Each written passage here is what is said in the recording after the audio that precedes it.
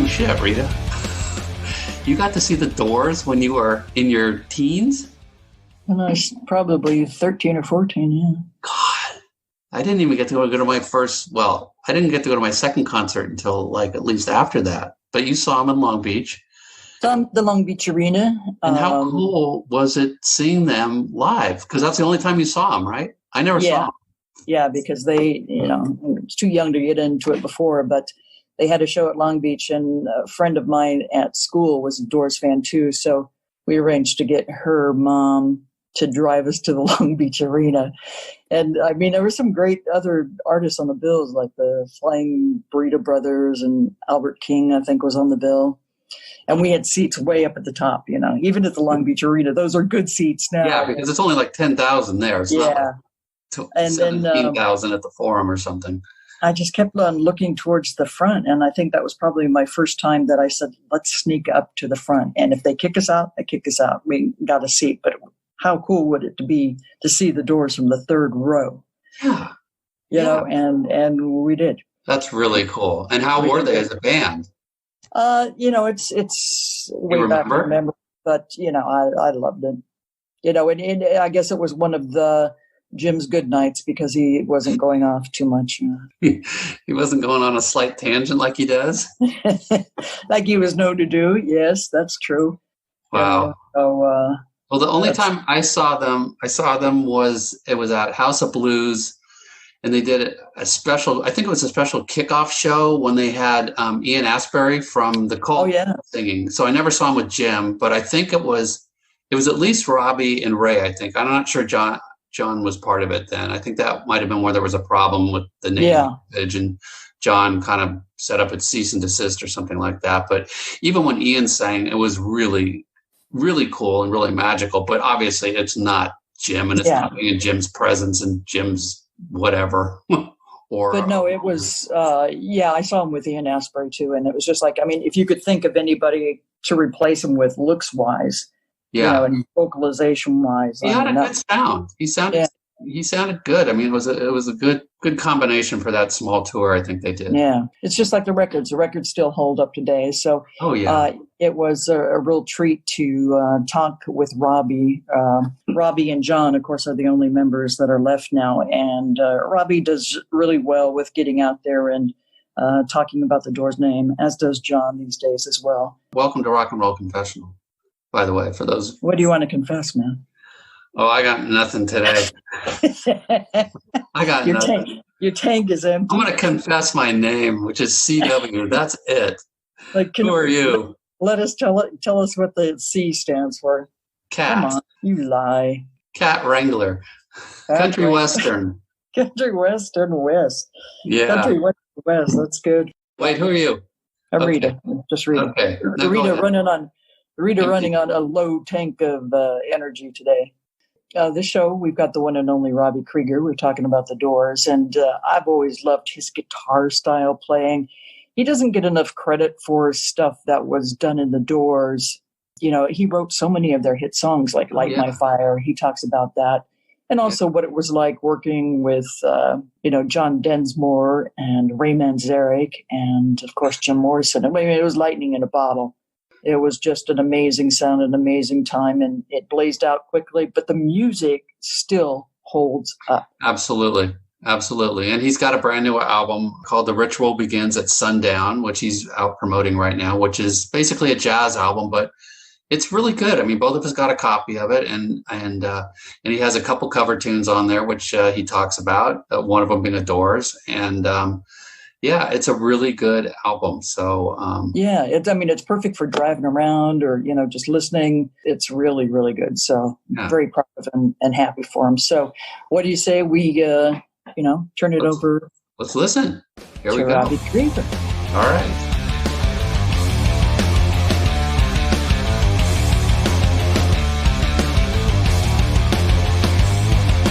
Hello. Hey, what's up, buddy? How you doing? Good. How are you? Good. I couldn't figure out how to get the camera to come on, so it took a while. Sorry. Rita, it's hard to recognize you with the mask. No, see, I'm over at CW's house, and we're still being good about the mask thing. Yeah, so that's good. We do it at our studio too. But, I'm all alone here at home, so I'm cool. All right. So, yeah, we're just going to, talk about all sorts of things. We want to talk about the new album and so forth. But if we just start off, it's like, hey, welcome, Robbie Krieger. It's great to see you, man. Hey, you too, guys. It's sorry I can't be over there, but this is second best. And sorry we can't be over at your studio hearing all your stuff over the speakers, but congratulations on this new album. Yes. Well, thanks. Yeah, it was supposed to come out in April, but they kept pushing it back, but it is coming out. Yeah. August 15th. We got an advanced copy of it to talk about it, but The Ritual begins at sundown. It's like your first solo album in 10 years, man. I know, that's embarrassing. Well, I sort of got disillusioned, I think, a little bit.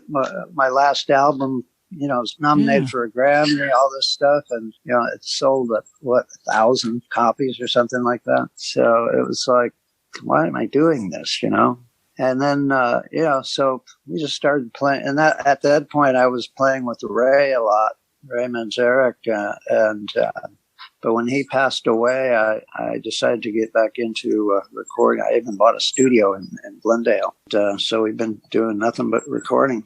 That's fun. I got two more albums ready to come out. Oh, that's excellent. Wow. Same kind of music? This is kind of jazz influenced? Yeah, it's mostly instrumental. And one of them is going to be reggae. Ooh. Which is pretty cool, yeah. You've always been into all sorts of different types of music, and that's why when I heard this was going to be a jazz album, it didn't really surprise me because that was a big influence for you always. Yeah.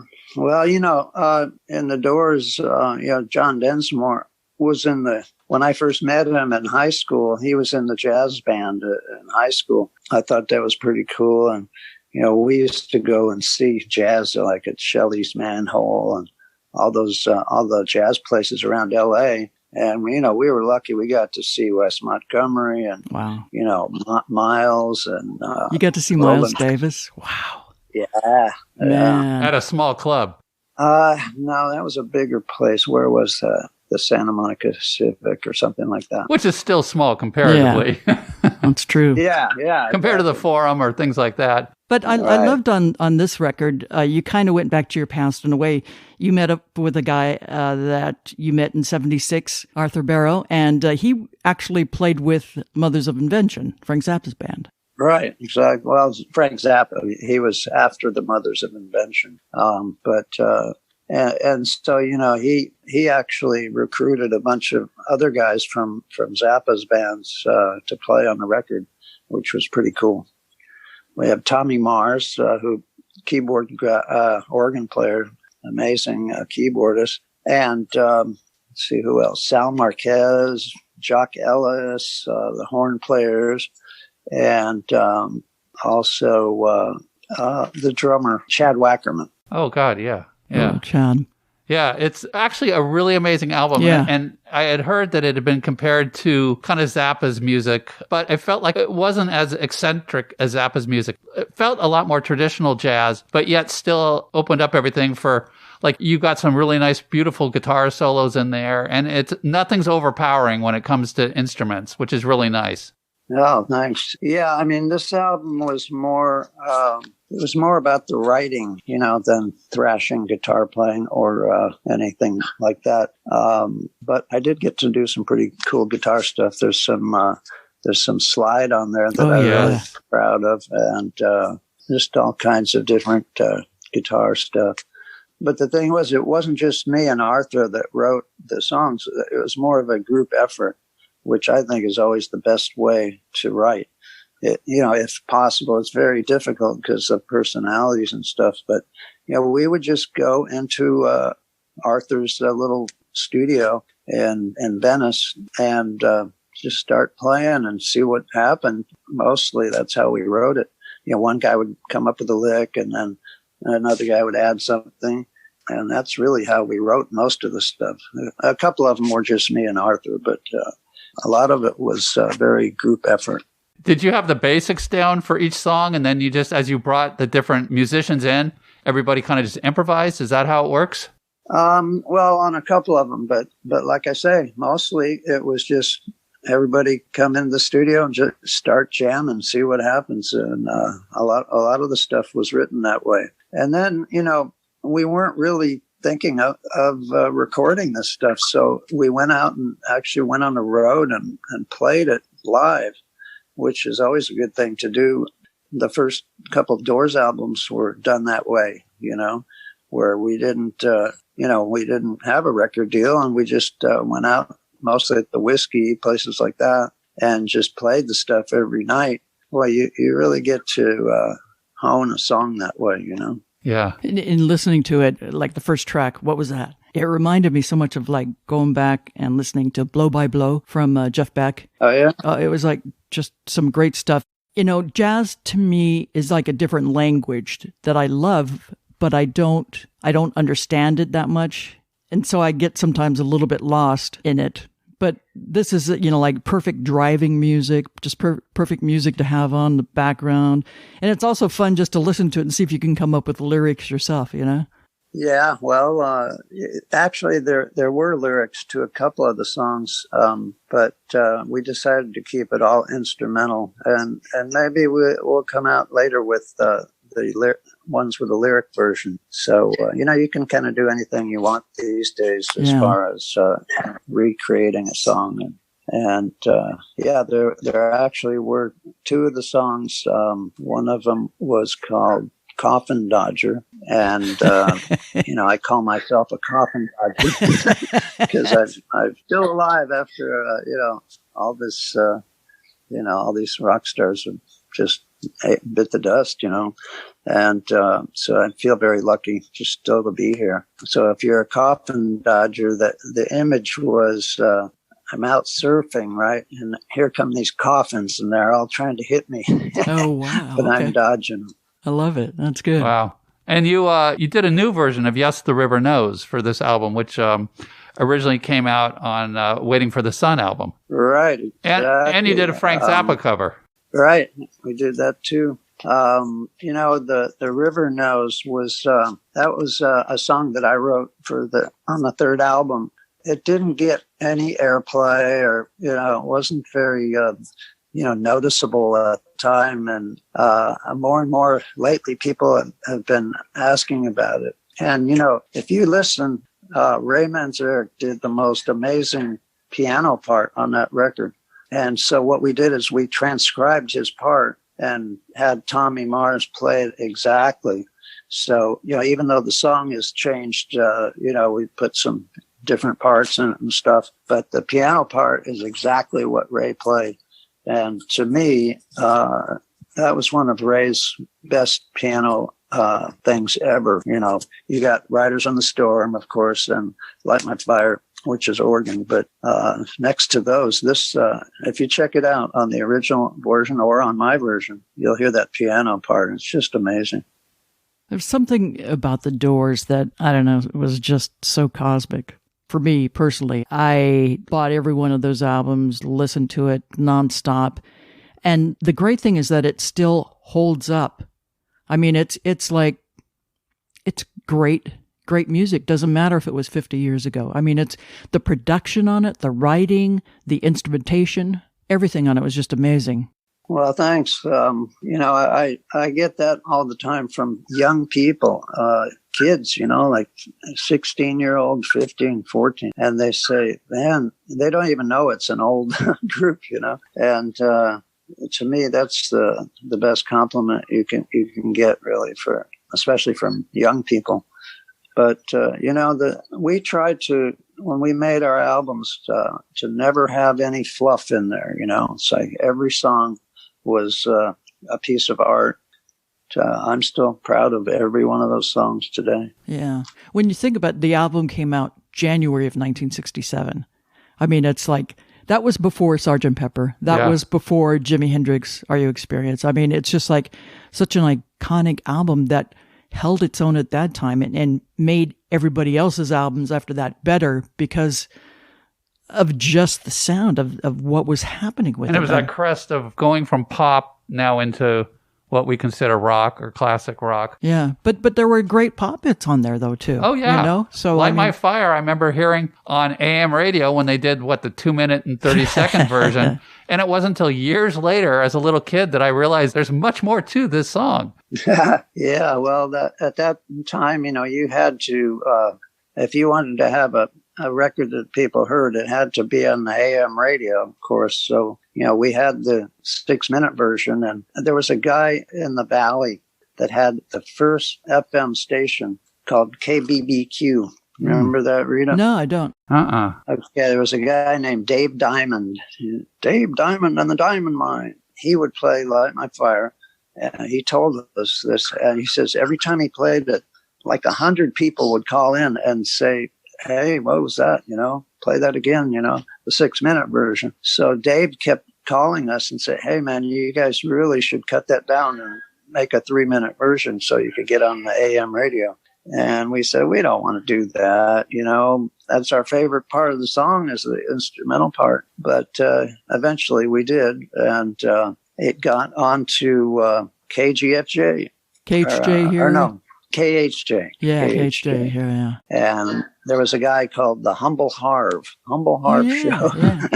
And this guy, remember him? Oh, yeah. He got arrested for killing his wife, and somehow he got out of it. Nice. Yeah. Nice tie in the doors, and, it's like... There's a song to be written.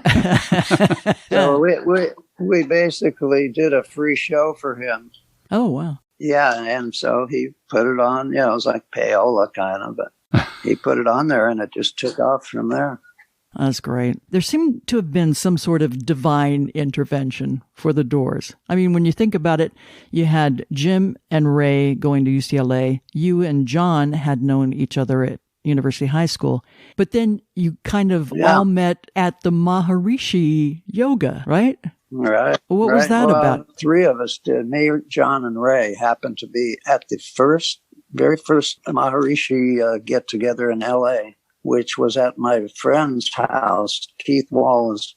And there might have been a dozen people there, Here's Maharishi, fresh off the boat from India. Wow. And my friend Keith's brother, Pete Wallace, had gone to India. He was like a weird guy, and he wanted to find a guru, right? So he checked out all these gurus over there in India, and he ended up with Maharishi, and he talked him into coming to L.A. So there we were at that first meeting, and I knew John, but neither of us really knew Ray. And so Ray comes up to us at the meeting, and he goes, hey, he heard that John was a drummer. So he says, hey, man, I've got this cool new group, and my brother just quit, and he was the guitar player, and the drummer quit. And so he didn't even know that I was a guitar player. So that's kind of how it started. And, Jim and Ray had known each other in school. But, and I was actually at UCLA at the same time, but I didn't really know those guys very well because I was in the regular school. They were in the film school. How cool is that? That was 65, 66. So even before like the Beatles were really into the Maharishi, you guys were already there. Yeah, exactly. But even cooler than that is the fact that the 4 of us just fit in so perfectly for the situation. We had Jim, who was like a little nuts, let's face it, even though he didn't seem to be like that at first. And so he was living with Ray and Dorothy. He was a little older than us. He was like 27. I was like 19. Jim was 21 and John was 20. So it was, we had our older kind of school teacher guy to keep us in line, Ray Manzerek. And, he taught us a lot about classical music and stuff like that. And he's the one that had that record of Lottie Lenya doing the Whiskey Bar. Right. Which is, where we got the idea to do that. The Bertolt Brecht song. And then you have John, Bertolt Brecht. And Lottie Lenya, great German singer who sang it on the Threepenny Opera album. Who would have a record like that around the house? Yeah. Ray Manzerek. And you know what? That's really the reason why Elektra signed us, is because they were very eclectic type of label. They did flamenco, which is why I always bought their records. And they did opera stuff. They had all kinds of stuff. And what they couldn't believe when we did that song on stage at the Whiskey, they said, oh man, we got to get these guys. That was great too, because I think at the time they had like an astrology album or so and like sound effects records and all that kind of stuff. But they had signed Love, another great LA band. Mm-hmm. And I think I forget who we were talking with. Allison Elwood. Oh, Allison Elwood, who did Laurel Canyon. Directed the Laurel Canyon on Epics. Yeah, and I know that you were like part of that because you guys lived in Laurel Canyon. Right. It was just a great intersection of people. But she was mentioning the story how they wanted to get off their label.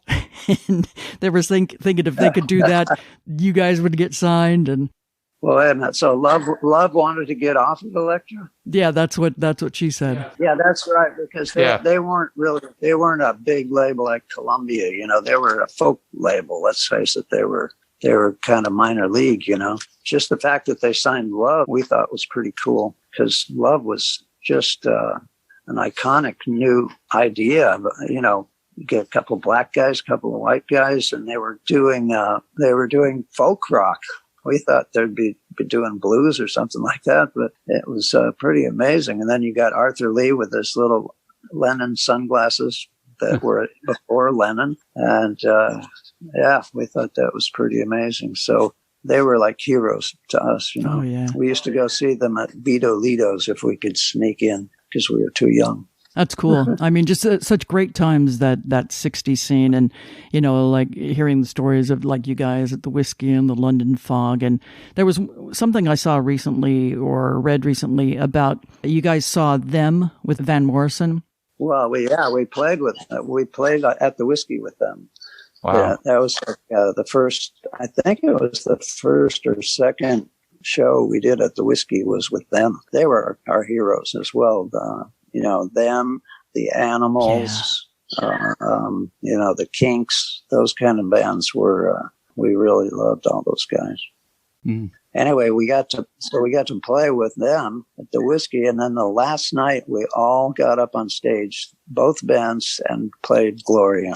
And that's something I'll never forget. That's great. That's awesome. Van Morrison and Jim Morrison doing Gloria. Come on. That's pretty cool. Van, I guess, was always the guy, because he's still kind of like that. He's very esoteric. But when he would sing, he would not face the audience. And it was like, like I've seen him in concert several times, and it's like he'll bring somebody else out to sing like some of the... He's like, no, you sing him. You don't bring this guy out to sing. You sing it, And then some people say that Jim picked up on that anti-audience kind of thing, or just, not facing the audience, because I guess he was just like a basically shy guy too. Yeah, that was actually, Jim was doing that before he ever saw Van doing that. By the time when we played with Van, man, he was getting really drunk, and I remember he broke so many microphone stands, he just bang on the ground. He was pretty wild by the time we saw him. But Jim was very shy at first, and, because when we rehearsed, we would all face each other. So that's kind of how he felt comfortable on stage in the beginning. But little by little, he turned around, and there's no more being afraid of the audience for him. Yeah. So we're going to take a quick break here. And part of our break, we want to give a quick shout out again, as we always do, to our Patreon folks, because they are the ones that hold us together. They're the ones that make their small pledges a month, but every little dollar counts. This month it goes to helping our Zoom fees, because now we're going to have to start paying for those along with other things. Thank you all. We thank you. And if you want to make a small pledge, you can do so as little as $1 a month. Just go to patreon.com and look up Rock and Roll Confessional, or go to our website and you can make a pledge through there. It's very simple, very quick, and very easy. So please, if you can, have it in your hearts, make a small pledge and help us out. There's quite a bit of costs in podcasting that we weren't really aware of until we started getting the bills. And since we're both employed. Yeah. Not. Yeah. It's rolling in. Cash is rolling in, let me tell you. No, we're okay. But it's just, it just helps with all those little things. And we like to bring you things. And if you ever have any ideas and suggestions, please CW set up a great Facebook page and Instagram page and a website and Twitter account. So all of that, if you have ideas and suggestions, or if you know somebody who you think would be really great to talk with, then that's awesome. In our second half with the Robbie, we talk more about, Light My Fire. That was one of the band's first hits, and Robbie wrote that song. He talks about that. What else? More Jim Morrison fun. How he trashed a rehearsal studio and the equipment. Man, can you imagine? I mean, that the guy is super talented and stuff like that, but just to live through his Dr. Jekyll, Mr. Hyde moments. Yeah, perfectly said. Perfectly said. And he talks about working with Ray and John some more. So now let's get ready for the second half with Robbie Krieger. So, Robbie, when you're up on stage and Jim is going through one of his escapades, are you saying to yourself, this is rock and roll? Are you saying, holy shit, we need to get this guy help? Or why are you fucking up our show, Jim? What goes on through your head being up there? To me, it was all good. I was just having fun, and, pretty much anything Jim did, I thought was cool, except a couple times, when he would, a couple times he got so drunk that he just couldn't sing. And like the time at Michigan State where we were playing in the gym, and he just got so wasted. He just wanted to do blues, right? So Jim, we got to do our songs, so he would not do it. He was gone. Let's do a John Lee Hooker, and so after a while, after a little bit of that, John and I just got up and left the stage, left him with poor Ray. and did the show continue? And, not very long. Not for very long. Yeah, we got sued for that one, I think. Oh, jeez. But that didn't happen very often. It must have been difficult, though, at that time. I mean, because there was lightning in a bottle with this band. I mean, everything synced, everything connected. And then you have somebody who, obviously, nowadays, it would be easy to say, okay, well, he's a little bipolar, or he's maybe on the spectrum, ADHD. And then when you add alcohol to it, it just goes insane. And I don't think people really understood that at that time, which is unfortunate. Yeah, I mean, it's just, to Jim, it was like a game, it's like, here we are on the verge of stardom, it's like we have a record on the charts, and he would just do anything just to fuck it up, just for laughs, I guess, I don't think he could help himself. Like the time when we were recording the end in the studio, and he was on a big dose of acid. And he was having, really fun, but finally we recorded all the songs we were going to do, and it was time to go. So we said, okay, we'll come back tomorrow and see you guys tomorrow. And Jim goes, no, man, let's keep going. And, no, man, we got to leave, So we all left, and Jim comes back later, climbs over the fence, and goes in the studio and sprays the whole place down with fire retardant. Oh my God. Just ruined I mean, if it was anybody else, they would have been in jail. But Jack Holzman, the guy from Elektra, he realized what he had there, and he did not report it to the police, and talked the guys from Sunset Sound into not reporting it. Oh my God. So he used to get away with shit like that, and that made him do it even more. Wow. So the stuff that you had recorded, did you have to just totally re-record, or? No, that was cool. It was on tape already. Thank God. Yeah. Yeah. I mean, we did. That's the night we did the end, and he was. You can't really tell from his performance. I mean, it sounds like he's perfectly in control, but he was on so much acid, I'll tell you.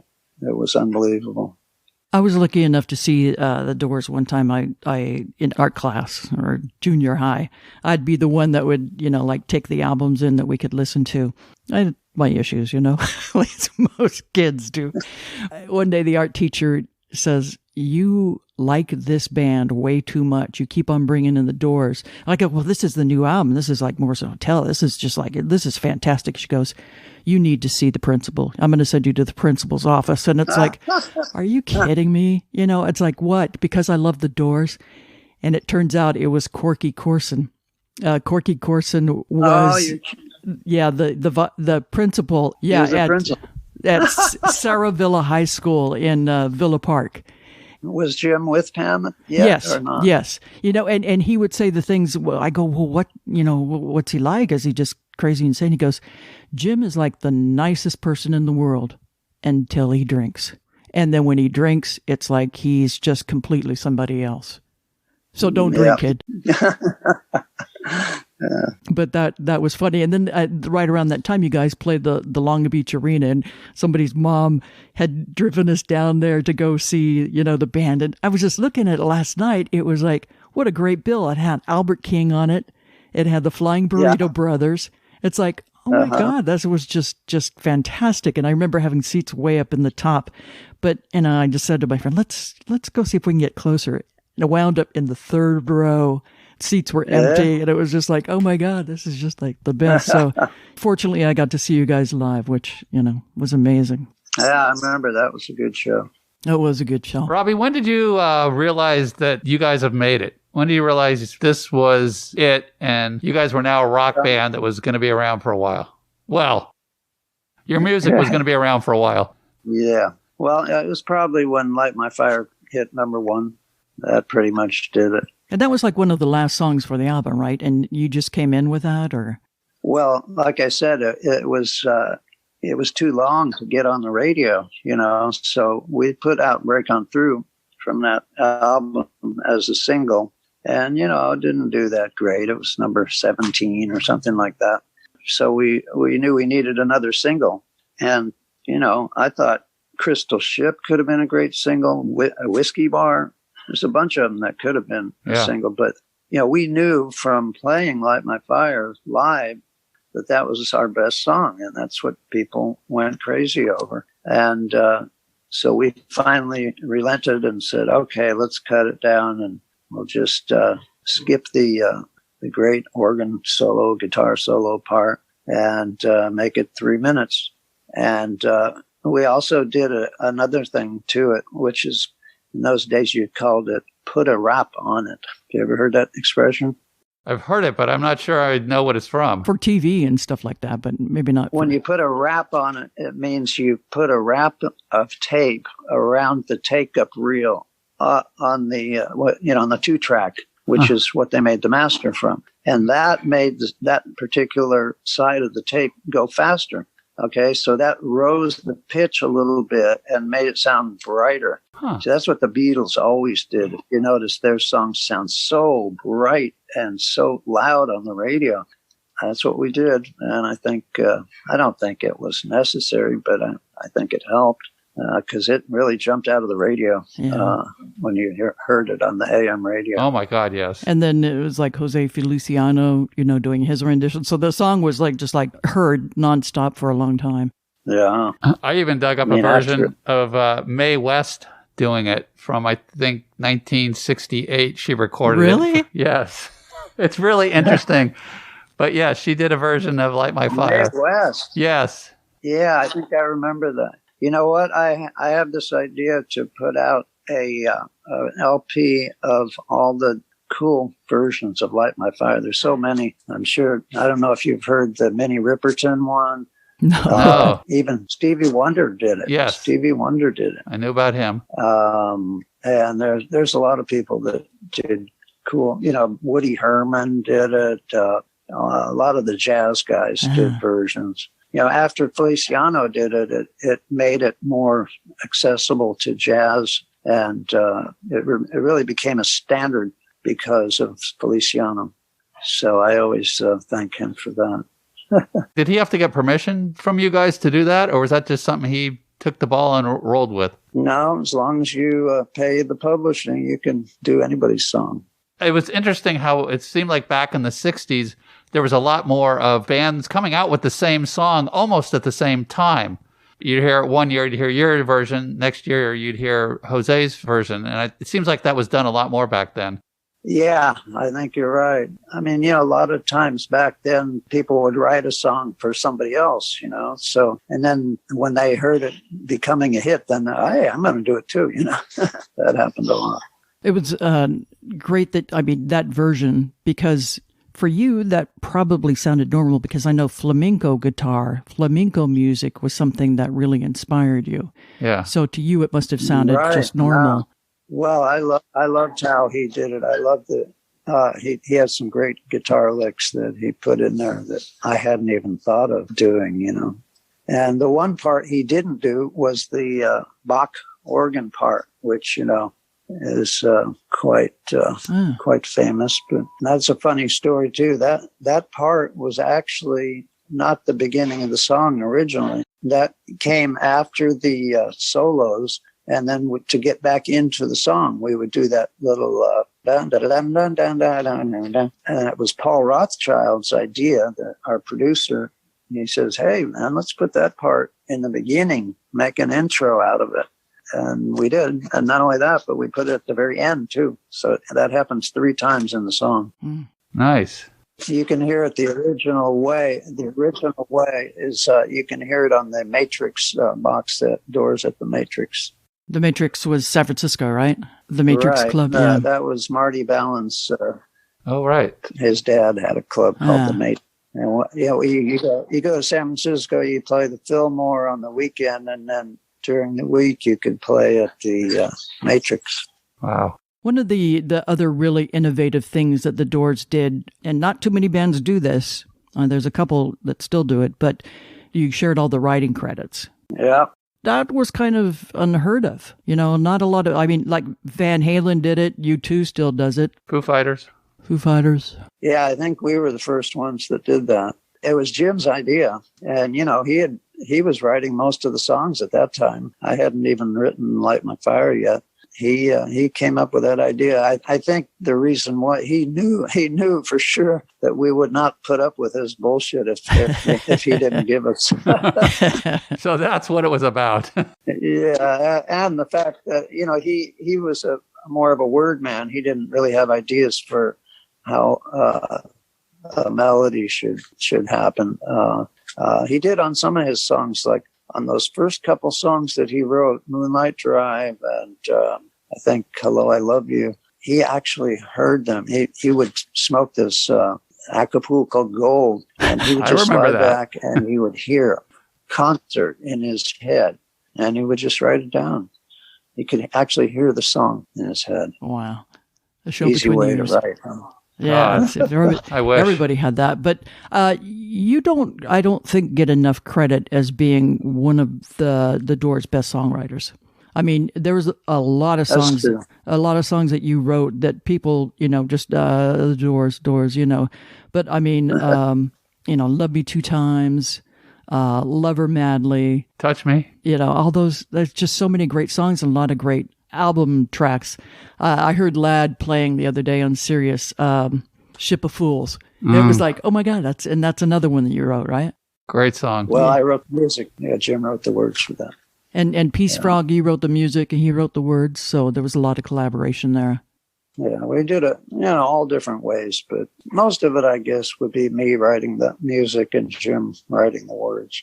I did write a lot of the words for maybe 10 songs, I guess, maybe more. You did Running Blue? And Jim would always help me with the words, too. Huh. Running Blue, yeah. That's one of my favorites. Yeah, Really? Queen of the, oh yeah. God, I love it. Like I said, man, that stuff was just, it made me who I am in a sense. That's cool, because people think I sound like Bob Dylan. That's my only vocal on the Doors, only lead vocal. Oh, I love that.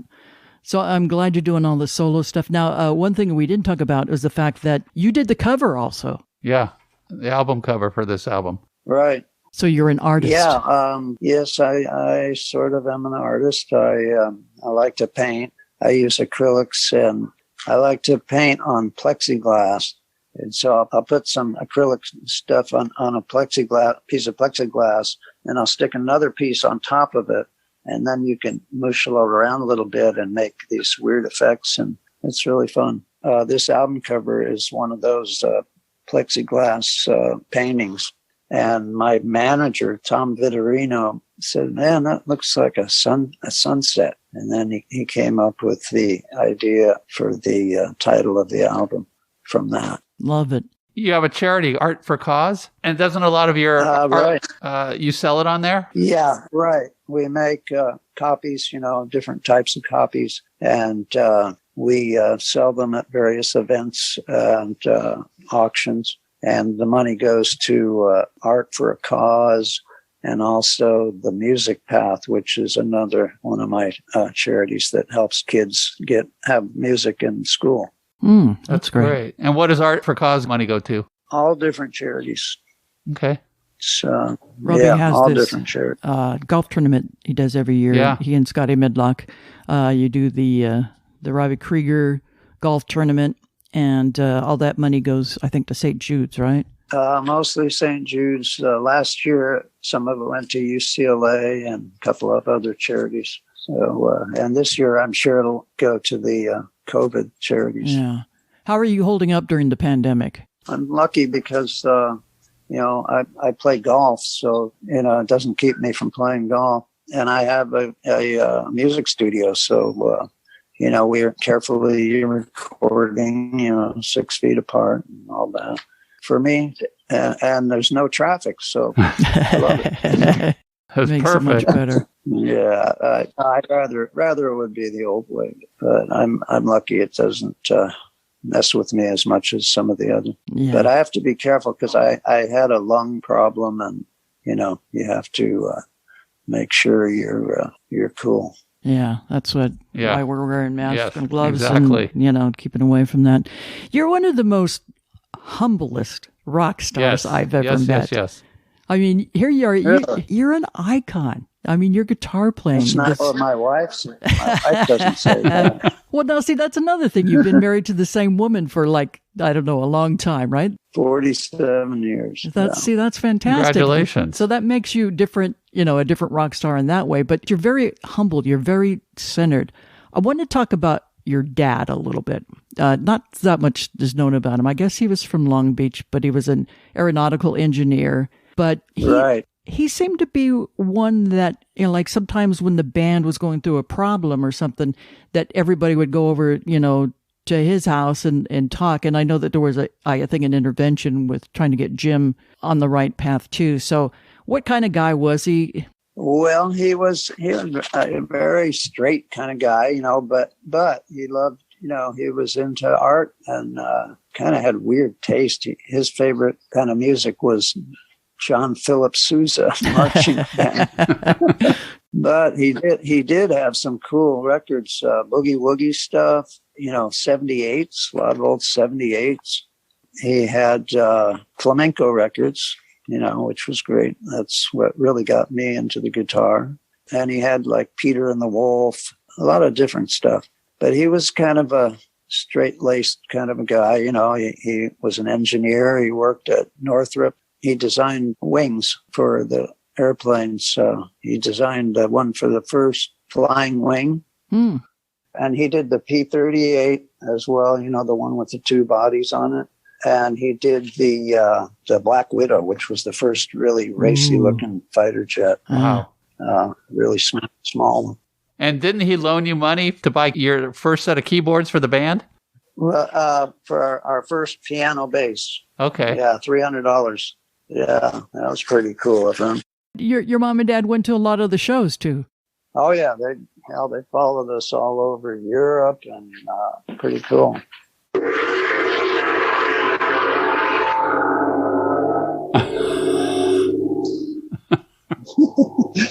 That means I'm out of time.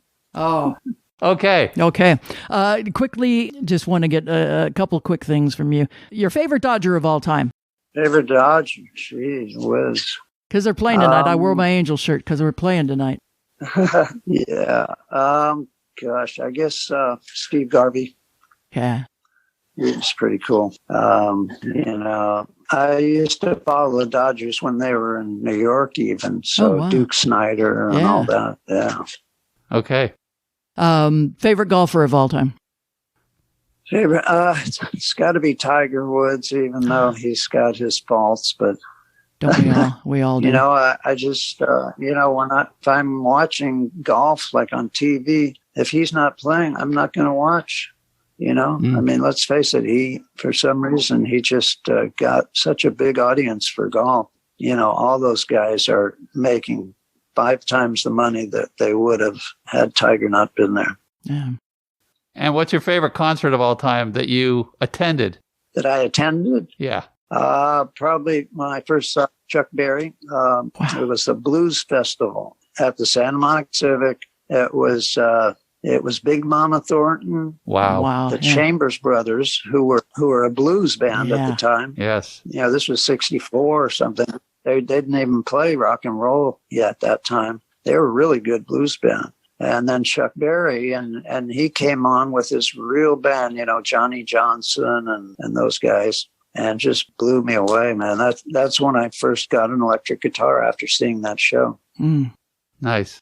Okay. Great stuff. Well, congratulations again on your album coming out August 14th. The Ritual begins at sundown. It's really, really good, Robbie. It's really, really good. Congratulations. And one other quick thing. I want you to write your memoir. Hopefully you're working on that. I am actually working on it right now, and should be out first of the year. Great.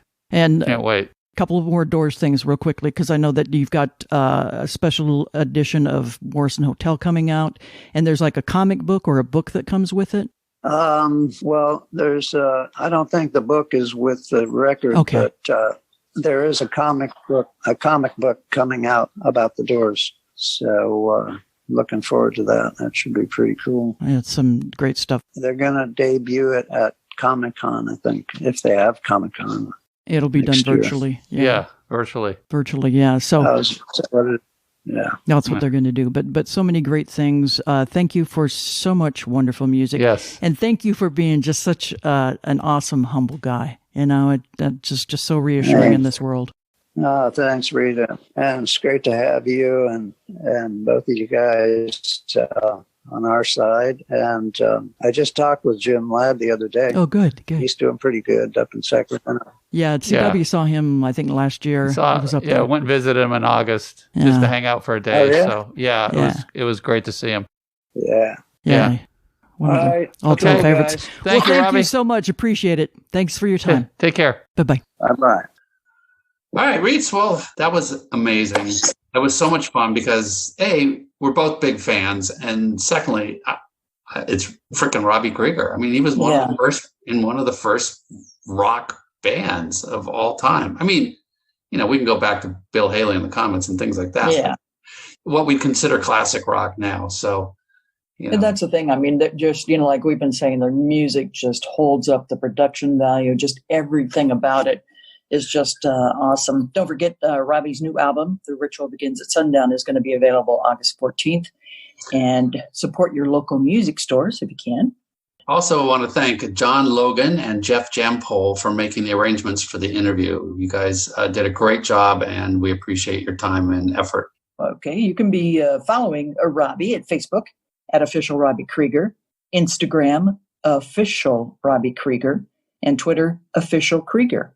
Yeah, and don't forget to go to our show notes on our website, and we've got a lot of cool things. We've got a couple of Robbie's new videos up there. We put links to purchase the vinyl copies of the new album and other exciting goodies, including I did find the version of Mae West singing Light My Fire. So and Robbie was really surprised about that. So that was a good fool on your part.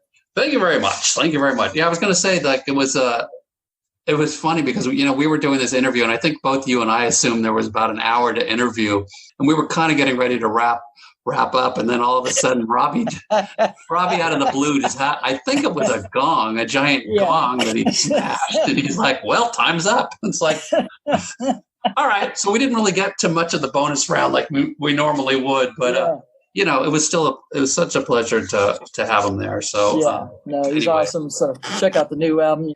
UCW, you're awesome. And everybody out there, we appreciate it. Yeah, listen to the show. Please rate us, subscribe.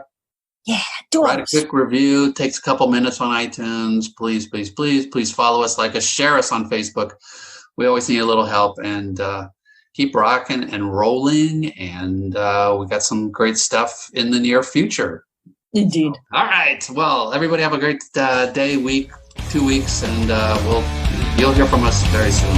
Bye, everybody.